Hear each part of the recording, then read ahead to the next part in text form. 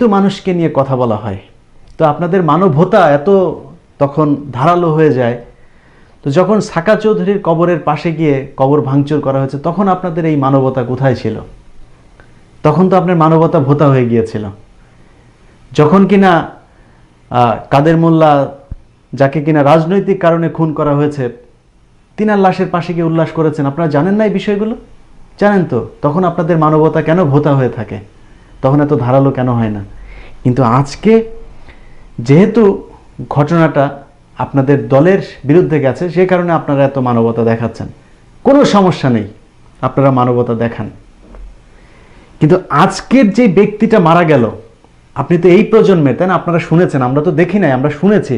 যারা আজকে রাস্তায় আমাদের বয়সী মানুষজনই তো, যুবকরাই তো দাঁড়িয়েছে। আপনারা তো এই প্রজন্মের, কিংবা সেই সময় বেঁচে থাকলেও আপনাদের বয়স খুবই ছোট ছিল। যেসব ভোলার এমপিদের নেতৃত্বে আজকে ব্যারিকেড তৈরি করা হয়েছে, তার লাশ নিতে দেওয়া হয় নাই, তাদের বয়স খুব বেশি ছিল না। তারা দেখেনও নাই শেখ মুজিবুর রহমানকে, জানেনও না, বুঝেনও না সেই সময় শাসন ব্যবস্থা কেমন ছিল। তো আপনাদের পিতা কিংবা আপনাদের দাদারা তো সরাসরি দেখেছেন, নিজেদের চোখের সামনে এতগুলো মানুষকে খুন করা হয়েছে। তিনাদের চেতনা তো আরও বেশি দাঁড়ানোর কথা, তাই না?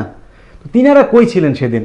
কেন শেখ মুজিবুর রহমানের হত্যাকাণ্ডের পর তিনাকে 570 সাবান দিয়ে গোসল করানো হয়েছিল? কেন 9 জন মানুষ তিনার জানাজায় অংশ নিয়েছিল? কেন ঢাকা শহরে মানুষ মিষ্টি বিতরণ করার পরে, ট্যাঙ্কের উপরে দাঁড়িয়ে দাঁড়িয়ে উল্লাস প্রকাশ করার পরে সেটার বিরুদ্ধে আপনারা কোনো প্রতিবাদ তৈরি করতে পারেন নাই? এত বড় একটা বাহিনী, আপনাদের রক্ষী বাহিনী, সেই বাহিনী একটা গুলিও করতে পারে নাই।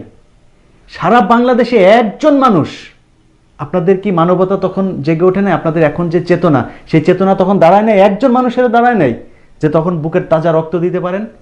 কই, কেন দাঁড়ান নাই? আজকে 40-50 বছর পরে এসে আপনাদের এই চেতনা এমনভাবে দাঁড়ায় গেল যে আপনারা লাশ পর্যন্ত নিতে দিচ্ছেন না। আপনারা চোখের সামনে দেখেন না? আপনাদের যিনি সর্বোচ্চ পর্যায়ে আছে, তিনার তো পিতা, তিনার তো ভাই, তিনার তো বোন মারা গিয়েছিল, তিনার আত্মীয় স্বজন মারা গিয়েছিল, তাই না? তিনি তিনার পাশে আজকে হাসানুল হক ইনুকে নিয়ে এসে বসান। তিনার জানার দরকার নেই। আপনারা যারা সাধারণ মানুষ, আমাদের মতো সাধারণ মানুষ জানি যে এই আজকের হাসানুল হক ইনি, যিনি আজকে মন্ত্রণালয়ের মন্ত্রী হিসাবে দায়িত্ব পালন করছেন, মতিয়া চৌধুরী, তিনাদের অবদান, তিনাদের সেই সময়ের চরিত্র কেমন ছিল। তারপরে কর্নেল তাহের, সেই কর্নেল তাহের, আপনারা যাকে আজকে খুনি বলছেন, জিয়াউর রহমান সাহেবকে, সেই জিয়াউর রহমানের সেদিন কিন্তু বিতর্কিত কোনো ভূমিকা ছিল না। জিয়াউর রহমান বন্দী ছিল। যেদিন 3রা নভেম্বর জেল হত্যা দিবস হয়, সেদিন 7ই নভেম্বরের যে সিপাহী বিপ্লব, সেই সিপাহী বিপ্লবে আপনার কর্নেল তাহের, তিনি হচ্ছে গিয়ে জিয়াউর রহমান সাহেবকে উদ্ধার করে এনেছেন। তো সেই কর্নেল তাহের তো আলটিমেটলি আপনাদের বিপক্ষে কাজ করেছেন। 1972 সালের ডিসেম্বরের জাসদ গঠন হওয়ার পর থেকে এই কর্নেল তাহেররা কি করে নাই শেখ মুজিবের বিরুদ্ধে? একটা দিন শান্তিতে বসবাস করতে দেয় না শেখ মুজিবুর রহমানকে এই জাসদ। তো সেই কর্নেল তাহেরের ভাই আজকে ডক্টর আনোয়ার, আপনি তাকে ভিসি বানিয়েছেন। সেটা বাদ দিলাম, যেই ব্যক্তি কিনা এই ঘটনার সরাসরি বেনিফিশিয়ার, সেই এইচটি ইমাম, বঙ্গবন্ধু হত্যাকাণ্ডের পরের দিনের যে মন্ত্রিসভা, সেই মন্ত্রিসভার মন্ত্রী পরিষদ সচিব ছিলেন। আপনি জানেন না এগুলি? কই, আপনাদের চেতনা তো দাঁড়ায় না। অথচ সেই এইচটি ইমাম আজকে রাষ্ট্রের দ্বিতীয় ক্ষমতাধর ব্যক্তি, যার প্রতিটি লাইন শেখ হাসিনা মেনে চলে তারপরে বাংলাদেশ আজকে পরিচালনা করছেন। আরো শুনবেন, খন্দকার মুস্তাকের মাটি হয়েছে কোথায় ভাই? কোথায় মাটি হয়েছে? এই বাংলাদেশে মাটি হয়েছে। যান না কুমিল্লায়। কোথায় ছিল আপনাদের বাপ দাদারা সেদিন? সেই মাটিতে কিভাবে আপনারা মাটি দিয়েছেন? অথচ আজকে আপনারা, অনেকেরই হয়তো ভ্রু কুঁচকে উঠতে পারে যে মুক্তিযোদ্ধা বলার কারণ কি? অবশ্যই মুক্তিযোদ্ধা। তিনি মুক্তিযুদ্ধে যেহেতু অংশ নিয়েছেন, সম্মুখ যুদ্ধ করেছেন, দেশ স্বাধীন করেছেন, অতএব সেটার স্বীকৃতি আপনাকে অবশ্যই দিতে হবে। এরপরে তিনি অন্যায় করেছেন, মানুষ খুন করেছেন, হত্যা করেছেন, ধর্ষণ করেছেন, চুরি করেছেন, ডাকাতি করেছেন, যাই করেছেন, সেটার জন্য তার বিচার হতে হবে, এবং সেই বিচারই হয়েছে গত রাতে। এটার জন্য আমি এবং বাংলাদেশের আমার বিশ্বাস, প্রতিটি মানুষ যারা বিচার ব্যবস্থায় বিশ্বাস করেন, যারা আইনের শাসনে বিশ্বাস করেন, তারা সবাই খুশি হয়েছেন। তারপরেও আপনারা সোশ্যাল মিডিয়াতে নিশ্চয়ই দেখছেন, আমি সহ অনেক মানুষই আছে যারা কিনা অনেকভাবে এটার ঠিক বিরুদ্ধে না, অনেক প্রশ্ন তুলেছেন যে কেন যেই ব্যক্তির ডাকে বাংলাদেশের মানুষ স্বাধীনতা ছিনিয়ে আনলো, তাকে সে মুক্তিযোদ্ধারাই কেন খুন করলেন। এটা নিয়ে প্রশ্ন উঠেছে যে আমরা সেই ইতিহাস জানতে চাই। অনেকেই সেটার একটা বড় কারণ হিসেবে মনে করছেন বর্তমান আওয়ামী লীগের যে শাসন ব্যবস্থা, মুক্তিযুদ্ধের চেতনা থেকে সরে আসা, বঙ্গবন্ধুর যে চেতনা সেটা থেকে সরে আসা, স্বাধীনতার চেতনা থেকে সরে এসে যে একনায়কতান্ত্রিক রাষ্ট্র পরিচালনা করছেন, সেটা অনেক বড় একটি কারণ, যে কারণে মানুষ এখন হয়তো অনেকেই শেখ মুজিবুর রহমানের বিপক্ষেও কথা বলছেন। কিন্তু সেটা অন্য বিষয়। মূল বিষয় হচ্ছে যে বিচার হয়েছে সেটা নিয়ে আপনি সন্তুষ্ট কিনা। আমি ব্যক্তিগতভাবে মনে করি আমি শতভাগ সন্তুষ্ট, কারণ শেখ মুজিবুর রহমানের রাষ্ট্র পরিচালনায় যদি কোনো ত্রুটি থাকে, প্রতিটা মানুষের যদি কাজ করে তাহলে সেটা ত্রুটি থাকবে, এটা খুবই স্বাভাবিক। ত্রুটি মুক্ত পৃথিবীতে একজন মানুষও নাই। তো সেই ত্রুটির কারণে তিনার বিচার হতে পারতো অন্যভাবে, সেটার জন্য শেখ রাসেল দায়ী না, সেটার জন্য যে গর্ভবতী মাদেরকে সেদিন খুন করা হয়েছে তিনারা দায়ী না। এই 22 জন মানুষের সবাই রাষ্ট্রের সেই সময়ের দুরবস্থার জন্য দায়ী না, যে কারণে এইসব মানুষের হত্যাকাণ্ডের সাথে যারা জড়িত তাদের বিচার অবশ্যই বাংলার মাটিতে হওয়া প্রয়োজন, এবং সেটাই হচ্ছে। আমরা সবাই এটাকে সমর্থন করছি। কিন্তু আজকের ভিডিওটা যে কারণে তৈরি করছি সেটা হচ্ছে হত্যাকাণ্ডের পরে আমাদের দেশে একটি খুব অসুস্থ সংস্কৃতি চালু হয়েছে। সেটা হচ্ছে জেলখানায় ক্যাপ্টেন মাজেদ সাহেব থেকে শুরু করে এর আগেও রাজনৈতিক প্রতিহিংসার কারণে যে মানুষগুলোকে খুন করা হয়েছে, তিনাদের অনেকের লাশ জেল গেট থেকে বের হওয়ার পরে তার উপরে জুতা নিক্ষেপ করা হয়েছে, মিষ্টি বিতরণ করা হয়েছে, পৈশাচিক উল্লাস প্রকাশ করা হয়েছে, লাশ দাফন কাফনে বাধা দেওয়া হয়েছে, লাশের গাড়িকে বাধা দেওয়া হয়েছে। ঠিক একই ঘটনা গতকালকেও ঘটেছে। আমি মনে করি যে শেখ মুজিবুর রহমান এবং তিনার পরিবারের হত্যাকাণ্ডের সাথে যারা জড়িত, সেটার একটি ব্যাপক প্রতিক্রিয়া তৈরি হবে, খুবই স্বাভাবিক ঘটনা। কারণ শেখ মুজিবুর রহমানের এই ঘটনায় বাংলাদেশের মানুষের আবেগ ধরে রাখাটা খুবই কঠিন, এবং সেই আবেগে আপ্লুত হয়ে মানুষ তাদের যে প্রতিক্রিয়া জানানো দরকার সেটাই রাস্তায় বের হয়ে জানিয়েছেন গতকালকে। সে পর্যন্ত মেনে নিলাম। কিন্তু একটু চিন্তা করুন, একজন মানুষ, তাকে মারা হচ্ছে এমনভাবে, তার চোখের সামনে তাকে তার মৃত্যুর রায় পড়ে শোনানো হচ্ছে, তাকে বলা হচ্ছে যে শেষ খাবার খেয়ে নাও, নামাজ পড়ে নাও, গোসল করে নাও, উজু করে নামাজ পড়ো, তারপরে তার গলায় দড়ি দেওয়া হচ্ছে, মাথায় কালো টুপি পরিয়ে দেওয়া হচ্ছে, এরপর তাকে ঝুলিয়ে ফাঁসিতে মারা হচ্ছে। একজন মানুষের নিঃশ্বাস বন্ধ করে তাকে দড়ি দিয়ে টেনে তারপর খুন করা হচ্ছে। আর কি চান? একজন মানুষের অন্যায়ের জন্য বাংলাদেশের সর্বোচ্চ শাস্তি যেটা, সেটাই তো তিনি পেয়েছেন। আপনার যদি মনে হয় যে আরও বেশি শাস্তি প্রয়োজন, করুন, যে হাত কেটে ফেলা হবে, পা কেটে ফেলা হবে, যেটা সৌদি আরবে মুসলিম আইন অনুযায়ী যেটা আছে, করুন, সেটা আমরা মানব, কোনো সমস্যা নেই।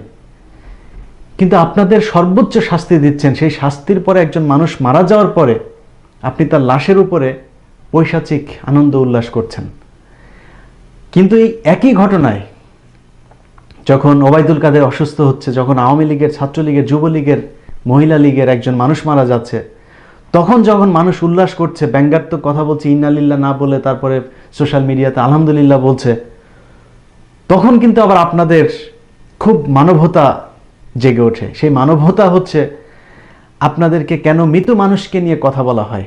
তো আপনাদের মানবতা এত তখন ধারালো হয়ে যায়। তো যখন সাকা চৌধুরীর কবরের পাশে গিয়ে কবর ভাঙচুর করা হয়েছে, তখন আপনাদের এই মানবতা কোথায় ছিল? তখন তো আপনার মানবতা ভোতা হয়ে গিয়েছিল। যখন কিনা কাদের মোল্লা, যাকে কিনা রাজনৈতিক কারণে খুন করা হয়েছে, তিনার লাশের পাশে গিয়ে উল্লাস করেছেন। আপনারা জানেন না এই বিষয়গুলো? জানেন তো। তখন আপনাদের মানবতা কেন ভোতা হয়ে থাকে? তখন এত ধারালো কেন হয় না? কিন্তু আজকে যেহেতু ঘটনাটা আপনাদের দলের বিরুদ্ধে গেছে, সে কারণে আপনারা এত মানবতা দেখাচ্ছেন। কোনো সমস্যা নেই, আপনারা মানবতা দেখান। কিন্তু আজকের যে ব্যক্তিটা মারা গেল, আপনি তো এই প্রজন্মের, তাই না? আপনারা শুনেছেন, আমরা তো দেখি নাই, আমরা শুনেছি। যারা আজকে রাস্তায় আমাদের বয়সী মানুষজনই তো, যুবকরাই তো দাঁড়িয়েছে। আপনারা তো এই প্রজন্মের, কিংবা সেই সময় বেঁচে থাকলেও আপনাদের বয়স খুবই ছোট ছিল। যেসব ভোলার এমপিদের নেতৃত্বে আজকে ব্যারিকেড তৈরি করা হয়েছে, তার লাশ নিতে দেওয়া হয় নাই, তাদের বয়স খুব বেশি ছিল না। তারা দেখেনও নাই শেখ মুজিবুর রহমানকে, জানেনও না, বুঝেনও না সেই সময় শাসন ব্যবস্থা কেমন ছিল। তো আপনাদের পিতা কিংবা আপনাদের দাদারা তো সরাসরি দেখেছেন, নিজেদের চোখের সামনে এতগুলো মানুষকে খুন করা হয়েছে। তিনাদের চেতনা তো আরও বেশি দাঁড়ানোর কথা, তাই না? তো তিনারা কই ছিলেন সেদিন? কেন শেখ মুজিবুর রহমানের হত্যাকাণ্ডের পর তিনাকে 570 সাবান দিয়ে গোসল করানো হয়েছিল? কেন 9 জন মানুষ তিনার জানাজায় অংশ নিয়েছিল? কেন ঢাকা শহরে মানুষ মিষ্টি বিতরণ করার পরে, ট্যাঙ্কের উপরে দাঁড়িয়ে দাঁড়িয়ে উল্লাস প্রকাশ করার পরে সেটার বিরুদ্ধে আপনারা কোনো প্রতিবাদ তৈরি করতে পারেন নাই? এত বড় একটা বাহিনী, আপনাদের রক্ষী বাহিনী, সেই বাহিনী একটা গুলিও করতে পারে নাই। সারা বাংলাদেশে একজন মানুষ, আপনাদের কি মানবতা তখন জেগে ওঠে নাই? আপনাদের এখন যে চেতনা, সেই চেতনা তখন দাঁড়ায় নাই? একজন মানুষেরও দাঁড়ায় নাই যে তখন বুকের তাজা রক্ত দিতে পারেন? কই, কেন দাঁড়ান নাই? আজকে 40-50 বছর পরে এসে আপনাদের এই চেতনা এমনভাবে দাঁড়ায় গেল যে আপনারা লাশ পর্যন্ত নিতে দিচ্ছেন না। আপনারা চোখের সামনে দেখেন না, আপনাদের যিনি সর্বোচ্চ পর্যায়ে আছে, তিনার তো পিতা, তিনার তো ভাই, তিনার তো বোন মারা গিয়েছিল, তিনার আত্মীয় স্বজন মারা গিয়েছিল, তাই না?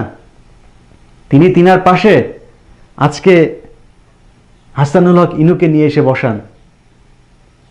তিনার জানার দরকার নেই। আপনারা যারা সাধারণ মানুষ, আমাদের মতো সাধারণ মানুষ জানি যে এই আজকের হাসানুল হক ইনি, যিনি আজকে মন্ত্রণালয়ের মন্ত্রী হিসাবে দায়িত্ব পালন করছেন, মতিয়া চৌধুরী, তিনাদের অবদান, তিনাদের সেই সময়ের চরিত্র কেমন ছিল।